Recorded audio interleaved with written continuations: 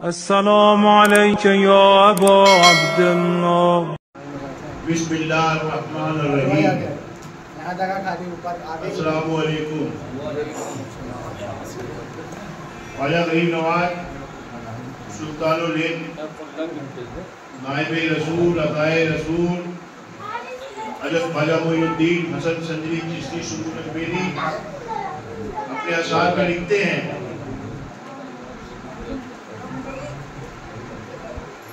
من نمی گویم انالحق یار می گوید بکو. میں نہیں کہتا انالحق، یار کہتا ہے کہ کہہ.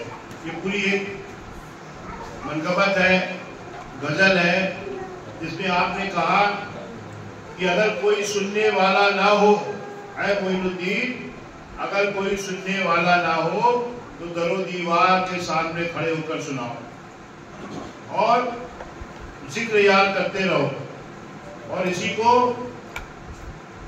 مولا کائنات علی ابن ابو طالب جب لوگوں کو دیکھتے تھے کہ لوگوں کے پاس وہ علم، وہ سوال پوچھنے کے نہیں ہے، دنیاوی سوال زیادہ میرے مولا سے پوچھتے تھے، تو آپ کا جو خزینہ بے کنہ سمندر کی ٹھاٹے مارتا ہوا، جس طریقے سے سمندر کنارے کھڑے ہو جاؤ تو لہریں اٹھتی ہیں، اس طریقے سے مولا کائنات کے دل میں علم ایسے ٹھاٹے مارتا تھا.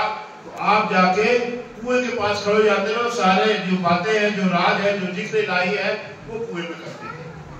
مقصد کہنے کا یہ کہ آپ ذکر کرو، کوئی نہ ہو تو در دیوار سے کرو، یہ غریب نواز کہتے ہیں. تو آج اس خوشی کی کا ذکر ہو رہا ہے جہاں امام الانبیاء صلی اللہ علیہ وسلم کے اعلان رسالت کے بعد آپ کے اوپر وہ مسائل، وہ ظلم ڈھائے گئے، آپ کے ساتھ وہ سختیاں کی گئی. آپ طائف گئے، تب آپ کے پتھروں سے بچوں کو لگا دیا گیا کہ آپ کو کنکری ماری گئی، آپ کے جوتے لہو لہان ہو گئے. پھر جب آپ مکے میں آئے تو مکے کافروں نے آپ اور آپ کے گھر والوں کا بائیکاٹ کر دیا، فتویٰ لگا دیا، جس میں آپ 3 سال صوبہ ابو طالب میں رہے. پھر اس کے بعد آپ کی شریک حیات سیدہ بی بی خدیجہ کبریٰ نساء العالمین کا وصال ہوتا ہے. پھر اس کے بعد محسن اسلام خواجہ بہتا حضرت ابو طالب علیہ السلام کا وصال ہوتا ہے. یہ سارے دکھ درد کی زندگی میں جب آپ کے ہاں، جب آپ کو کوئی راحت ملے، بہت پریشان ہو، چلچلاتی دھوپ سے آئے ہو اور آپ کو پیاس لگی ہو تو آپ پانی مانگتے ہو، اگر کوئی آپ کو کسیڑی کا، بالٹی کا یا نل چالو ہے اس کا ہینڈ پمپ کا پانی دے تو آپ بہت خوش ہو جاتے ہیں. لیکن اس پریشانی میں کوئی اگر آپ کو بہت میٹھا اور ٹھنڈا پانی پلا دے تو آپ بھی خوش ہو، آپ کا دل بھی خوش، آپ کی روح بھی خوش ہو. یہ تجربہ ہے نا. اسی طریقے سے امام الانبیاء صلی اللہ علیہ وسلم کو جب ایسی خوشی میسر ہوئی جو 3 ہجری 15 رمضان المبارک کو وقت ظہر کے بعد امام حسن علیہ السلام کی ولادت ہوئی، تب ایسی خوشی امام الانبیاء صلی اللہ علیہ وسلم کو ملی. اس کے پہلے آپ کے زندگی میں بہت تکالیف اور بہت ظلم و ستم ہوئے. تو اس شاعر نے اس کو یوں بیان کیا: دور خزاں کے بعد ہی دور بہار ہے. کہ جب گرمی کی دھوپ تپتی ہے، اس تپنے کے بعد پھر پانی برستا ہے تو اس پانی کا مزہ ہی الگ ہوتا ہے. اسی طریقے سے آج یہ دور امام حسن علیہ السلام کی ولادت میں ہم کچھ آج کے دور کے حساب سے پہلے پیغام دیں، پھر اس کے بعد امام حسن علیہ السلام کے فضائل بیان کریں گے. وہ یہ ہے کہ اللہ تعالیٰ نے قرآن پارہ نمبر 14 سورہ ابراہیم میں اللہ تعالیٰ فرماتا ہے کہ ہم نے ہر قوم میں، ہر بستی میں، ہر سماج میں اپنے رسول بھیجے. دنیا کی کوئی ایسی بستی قبیلہ نہیں ہے جہاں اللہ نے اپنے رسول نہ بھیجے. سورہ ابراہیم میں. اور لیکن ان رسولوں کو جو اس علاقے کی, اس قوم کی, اس بستی کی بھاشا تھی, زبان تھی, بولی تھی, اسی بولی میں اس رسول نے ہمارے پیغام کو ہمارے بندوں تک پہنچایا.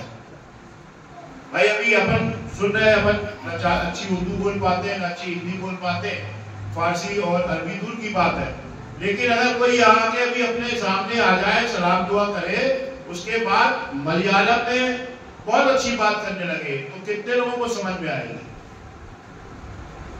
اپنے سامنے کوئی کبھی عربی پیور عربی میں بات کرے تو نہیں سمجھ میں آئے گی. اگر سمجھ میں آتی تو آج 1400 سال میں مسلمان سمجھ جاتا کہ جمعہ میں خطبہ میں کیا بولا جاتا ہے, جمعہ کے خطبوں میں کیا بولا جاتا ہے, یہ سمجھ لیتا پڑھنے والا بھی اور سننے والا بھی. تو ہم اس کو سن رہے ہیں اس نیت سے کہ یہ ثواب ہے اس کا سننا. اور کچھ لوگ کا یہ بھائی قرآن پڑھ رہے ہیں, عربی پڑھ رہے ہیں, ابھی قرآن پڑھ رہے ہیں. تو اللہ تعالیٰ نے ہر قوم, دنیا کی کوئی ایسی قوم نہیں ہے جہاں پہ اللہ نے اپنے رسول نہیں بھیجے. پہلی بات تو اس کو کر لو.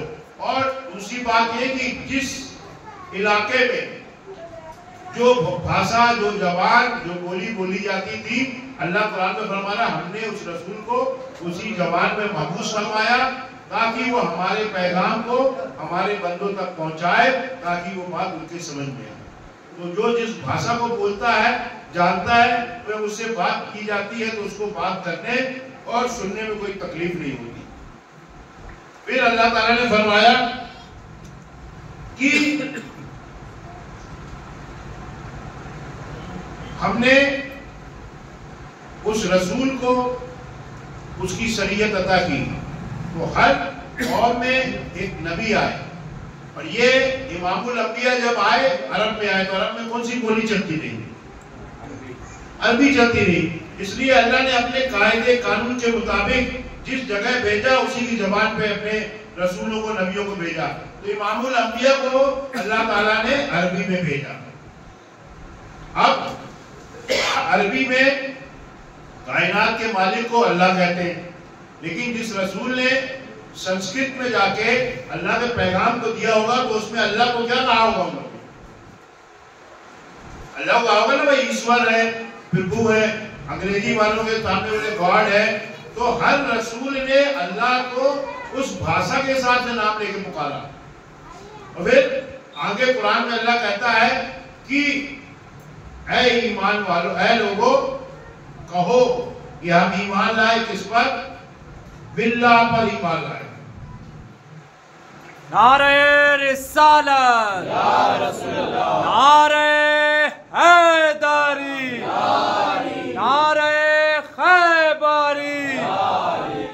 یہ آیت نمبر 136 ہے, کیونکہ ہم جو بول رہے ہیں قرآن سے ہے, تاکہ اس کے اندر کسی کے اندر وہ نہیں ہو کہ کس نے کیا کہہ دیا.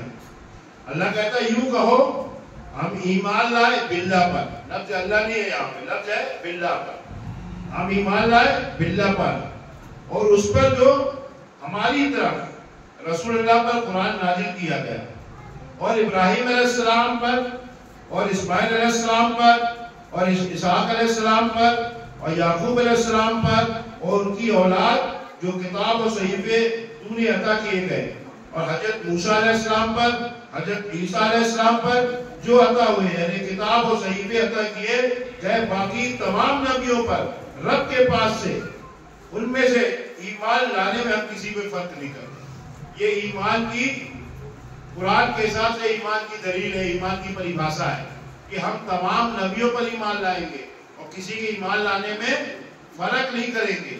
تو اب ہر نبی کے دور کے ان کی امت کی بھاشا الگ تھی. ہر دور میں اس رسول نے اس بھاشا میں, جیسے توریت الگ زبان پہ ہے, انجیل الگ زبان پہ ہے, اور جتنے صحیفے آئے 313 اور نبیوں پر چھوٹی چھوٹی کتابیں نازل ہوئی وہ ان کی زبان پہ تھی. اب چونکہ ہم نے نہ تو اردو مکمل پڑھی, نہ عربی مکمل پڑھے, اور نہ فارسی, تو اب ہم کسی کے پربھو کہنے سے, کسی کے ایشور کہنے سے ہم اندر سے وہ ہو جاتے ہیں کہ یہ اللہ کا نام, یہ ایشور کہنا. اور جب کوئی فقیر, جب کوئی عالے علی اس بھاشا میں بات کرتا ہے تو ملا مولوی اپنی کلمہ اٹھا لیتے فتویٰ لگانے کے لیے کہ ایشور کیسے بولا. پھر وہ کیسے بولا؟ جبکہ اللہ قرآن میں کہہ رہا ہے کہ ہم نے ہر رسول کو اس کی قوم کے مطابق وہ پیغام دے کے بھیجا، کیونکہ اگر وہ قوم کوئی زبان بولتی ہے، بھاشا بولتی ہے، اور میرا محبوب عربی میں جا کے بولے گا تو کیا سمجھے گا؟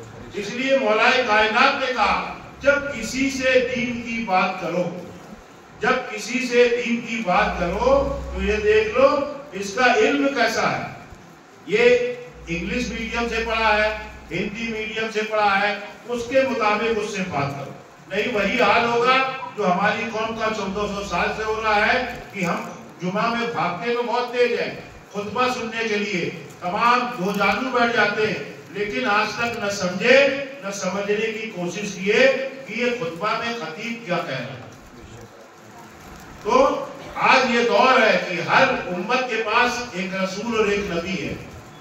اس کو خواجہ نعیم الدین محبوب الہی نے بہت آسان کر کے بتایا ہمیں آپ کہ جب حضرت خواجہ نعیم الدین محبوب الہی کا جو حجرہ تھا جمنا کنارے تھا، جہاں مجال ہے اس کے آگے سامنے جہاں جمنا بہتی وہاں صبح کا وقت تھا، فجر کا ٹائم تھا، حضرت نعیم الدین محبوب الہی نے حضرت امیر خسرو سے کہا وضو کے لیے جمنا سے پانی لے آؤ۔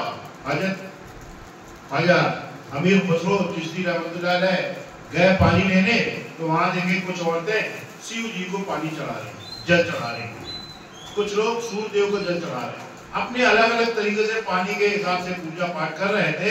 تو امیر خسرو دیکھے، پھر ان عورتوں سے پوچھا کہ بتاؤ یہ اس سے کیا فائدہ ملے گا، یہ جو تمہارے پوجا کا طریقہ ہے، جو تمہارے عبادت کا طریقہ ہے، اس سے کیا فائدہ ملتا ہے؟ انہوں نے بولے اس سے سوامی کی عمر دراز ہوتی ہے، ہم جس کو چاہتے ہیں اور اس کا پریم ہماری طرف پڑتا ہے، وہ ہمیں ادھک پریم کرتا ہے۔ بولے اچھا، یہ سب سنا اور بھی باتیں سنی اور آئے محبوب الہی ایک پتھر پہ بیٹھے تھے وضو بنانے کے لیے، پانی آئے تو میں وضو بناؤں۔ حضرت امیر خسرو چشتی رحمۃ اللہ گئے اور محبوب الہی کے سر سے پانی ڈالنے لگے، سر سے پانی ڈالنے لگے۔ اے خسرو یہ کیا کر رہے ہو؟ بولے میں اپنے سوامی کو خوش کر رہا ہوں، اس کی عمر دراز ہوگی، اس کی محبت بڑھے گی، پانی ڈال رہے ہیں۔ اب اس کے بعد سوال کیا حضرت امیر خسرو چشتی رحمۃ اللہ نے، سرکار میں پانی لینے گیا تو وہاں اس طریقے سے لوگ اپنے مذہب کے مطابق پوجا کر رہے تھے، اپنے مذہب کے مطابق عبادت کر رہے تھے، اور ان سے جب میں نے پوچھا تو انہوں نے بتایا کہ اس سے شیو جی کی عمر دراز ہوتی، اس سے ان کا آشیرواد بڑھتا ہے، ان سے ان کے پریم میں اضافہ ہوتا ہے، اس لیے میں نے، آپ میرے سوامی ہو اس لیے میں آپ پر ڈال رہا ہوں۔ اب آپ سے ایک یہ سوال ہے کہ سرکار یہ بتائیں جو وہ طریقہ کر رہے ہیں عبادت کا وہ صحیح ہے یا جس طریقے سے ہم عبادت کرتے ہیں یہ صحیح ہے؟ ہمارے لیے کیا حکم ہے؟ آپ نے فرمایا ہر قوم راست راہے دین و قبلہ گاہے، ہر قوم راست راہے دین و قبلہ گاہے۔ اے امیر خسرو، ہر قوم اپنے راستے پر ہے اور اپنے نبی رسول کے بتائے ہوئے راستے پر ہے، اور ان کے لیے ان کا قبلہ صحیح ہے، تمہارے لیے تمہارے نبی نے جو بتایا ہے، تمہارے رسول نے جو بتایا ہے، تمہارے لیے صحیح ہے۔ نعرہ رسالت، حق معین، حق معین، حق معین۔ تو آپ لوگ اتنے سالوں سے سن رہے ہو، خطبہ دیکھ کے پڑھا جاتا ہے، اگر ابھی ہم بھی امام حسن علیہ السلام کے فضائل دیکھ کے پڑھے تو کوئی اعتراض تو نہیں ہوگا آپ کو؟ عادت میں تو ہے نا، اور یہ اس لیے بھی ہم پڑھیں گے دیکھ کے تاکہ ہمارے یہاں کا ہر لڑکا ہر بچہ بیٹھے اور کتاب میں کاپی میں لکھ کے یا کتاب میں دیکھ کے پڑھے، تاکہ اس کو پڑھنے کا شعور ہو جائے، تاکہ اس کو محفلوں میں پڑھنے کے اس کا دل جو ہے جھجک سے باہر ہو جائے۔ کیونکہ ہم نے دیکھا ہے بہت سے لوگ مائک پکڑتے تو ان کے پیر بھی خطراتے ہیں، کیونکہ کبھی گئے نہیں۔ یہ خانقاہ ہے، یہ پریکٹیکلی امام پنجتن پاک کے دور کی سبق دینے کی جگہ ہے، جہاں ایک پنجتن پاک 14 معصوم علیہ السلام کے آداب کے سبق دیا جاتا ہے، جہاں ان کا ذکر کیا جاتا ہے۔ تو میری یہ دعا ہے مولا سے، میں نے وہاں بھی مانا کہ جتنے لوگ ہیں وہ سب بولنے والے ہوں، کہ مولا کائنات کا ایک قول ہے، بولو تاکہ پہچانے جاؤ۔ مولا کائنات کا قول ہے، اے لوگوں بولو تاکہ پہچانے جاؤ۔ اپنی عادت ڈال دو کہ ہم کو بولنا ہے، دیکھ کے بولو، کتاب سے لے کے بولو، لیکن بولو جو غریب نواز کہتے ہیں نا، من نمی گویا من الگ یار نہیں گویت بگو، میں نہیں کہتا ان الگ یار کہتا ہے کہ کہ بھائی کہے نا میں ان الگ ہوں، یار کہتا ہے تو میں کہہ رہا ہوں۔ جب تجھے کوئی نہ ملے سامنے، سننے والا نہ ہو، تو پھر در و دیوار کے سامنے کھڑے ہو جانا اور ذکر پنجتن کرتے رہنا۔ یہ غریب نواز کا پورا ایک دیوان اتنی موٹی کتاب ہے جس نے آپ کے کلام لکھے ہوئے ہیں۔ یہ ہماری بدنصیبی ہے، ہم وہاں تک نہیں پہنچے، یا ہم کو بتایا نہیں گیا۔ اب یہ ہمارا پیغام ہے کہ آپ اپنے علاقے میں، ابھی حال ہی میں ہمارے پاس نہیں ہے لیکن واٹس ایپ میں آ رہی ہے کہ ہندی کے ترجمے والے بھی قرآن آ گئے، اچھی بات۔ اس میں جیسے بسم اللہ الرحمن الرحیم کا ہے تو لوگ اسی میں آتے ہیں کہ شروع اللہ کے نام سے، کوئی بولتا اللہ کے نام سے شروع، اسی میں بحث و مباحثہ ہے۔ لیکن اب جو آئی ہے ہندی میں، پرارمبھ یا آرمبھ کرتا ہوں میں جگت کے پالن ہار کے نام کے ساتھ، جو بہت دیالو و کرپاسی ہے، یہ اس کا ترجمہ۔ تو آج ہم جس ماحول میں رہ رہے ہیں اس ماحول کو بھی اپنانا ہے اور دیکھنا ہے کہ یہی ہمارے آقا کا نام ہے، یہی ہمارے اللہ کا نام ہے، یہی 12 امامین کا نام ہے۔ حضرت مولا کائنات فرماتے ہیں کہ مجھے ہند میں کرسن کے نام سے پکارا جاتا ہے، مجھے اوم کے نام سے پکارا جاتا ہے۔ تو مولا کائنات نے لکھ دیا مجھے کس جگہ، کس زبان میں، کس بھاشا میں، کس بولی میں کیا بولا جاتا ہے۔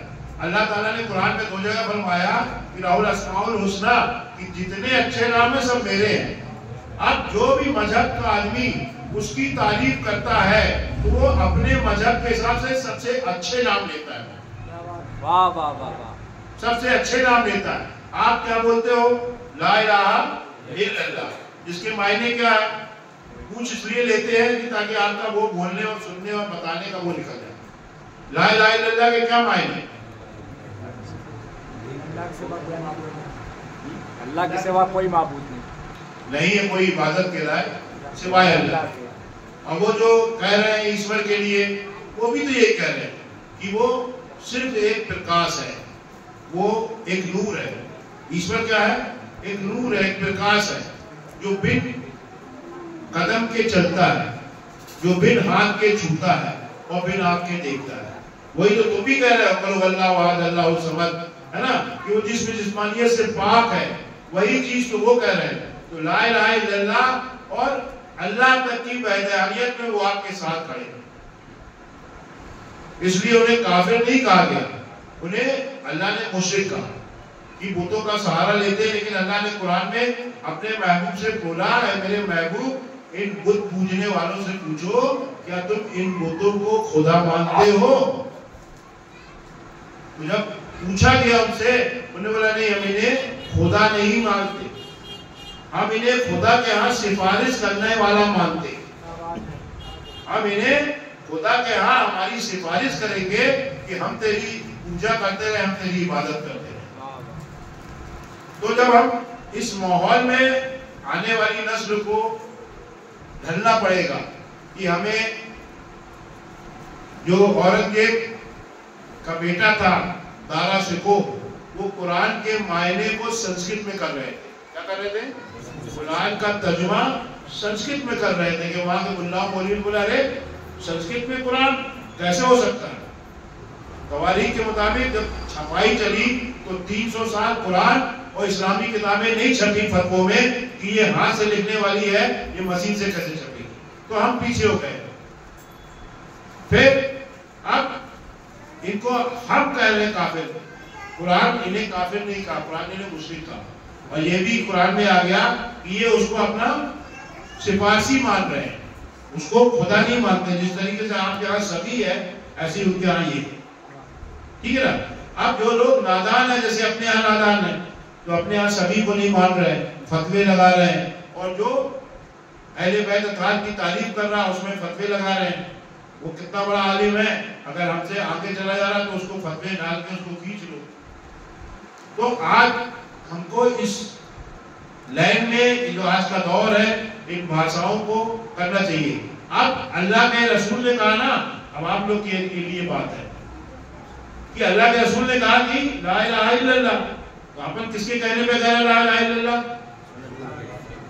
رسول کے کہنے پہ نا، یہ ہمارا ایمان ہے۔ پھر رسول نے کہا محمد رسول اللہ، میں اللہ کا رسول ہوں، تو رسول کے کہنے پہ کہا نا۔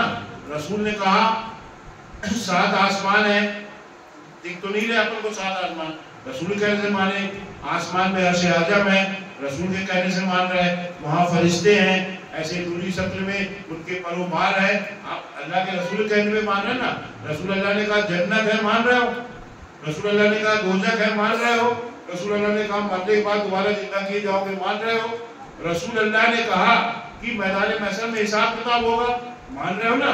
تو رسول اللہ نے ایک بات اور کہی، پہلے اللہ نے قرآن میں لکھی کہ تم میں سے جب کسی کو موت آئے، اس میں لکھا ہے آیت اور سورہ بقرہ، تم میں سے سورہ بقرہ، تم میں سے جب کسی کو موت آئے تو اس کے پہلے وصیت لکھو۔ کیا لکھو؟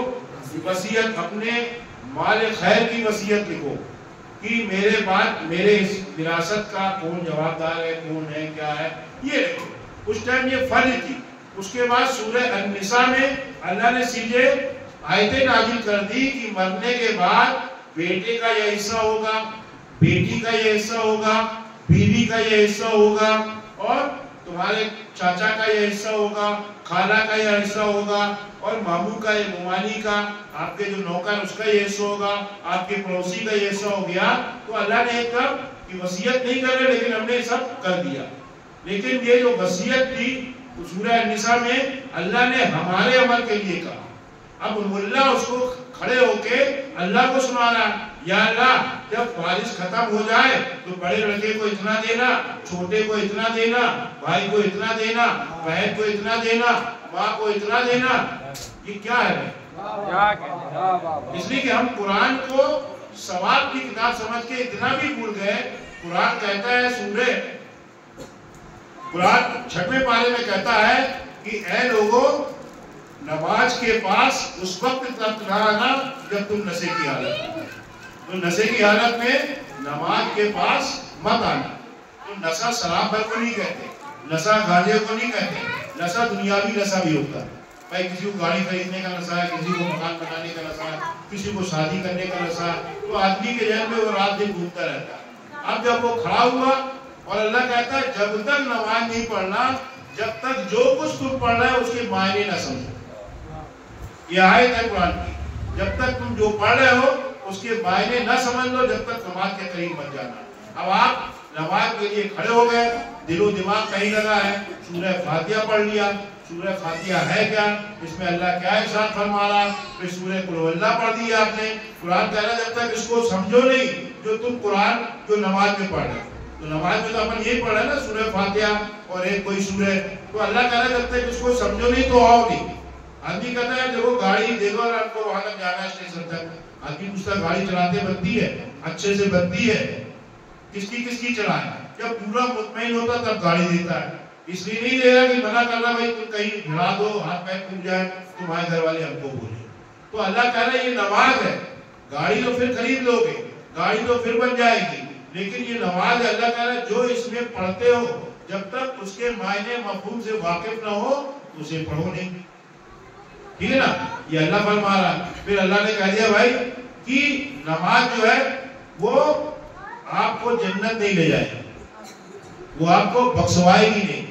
پارہ نمبر 21 سورہ العنکبوت میں اللہ فرماتا ہے کہ نماز تمہیں بے حیائی اور منکر باتوں سے روکتی۔ نماز کا صرف اتنا کام، جو لوگ بولتے ہیں نا آج تراویح پڑھ کے بڑا دل خوش ہو گیا، وہ جھوٹ بولتے ہیں کہ اللہ نے کہا نماز سے دل مطمئن نہیں ہوگا، دل کو سکون نہیں ملے گا۔ نماز کیول اپن کو بری باتوں بے حیائی باتوں سے روکتی۔ امام حسن علیہ السلام جس کی آج ولادت ہے، اللہم صلی علی محمد وآل محمد وعجل فرج۔ جو آدمی نماز پڑھ رہا ہے اور اس کی بری باتیں نہیں چھوٹ رہی، اس کے برے کام نہیں چھوٹ رہے، امام حسن علیہ السلام فرماتے ہیں کہ وہ نماز ہی نہیں، اب وہ نماز ہی نہیں نہ اس کی نماز ہے، کیونکہ نماز کا یہ دعویٰ ہے قرآن میں، کیونکہ اللہ کا کلام ہے۔ اللہ دعویٰ کر رہا ہے کہ جو بے حیائی یا بری باتوں سے روکتی ہے،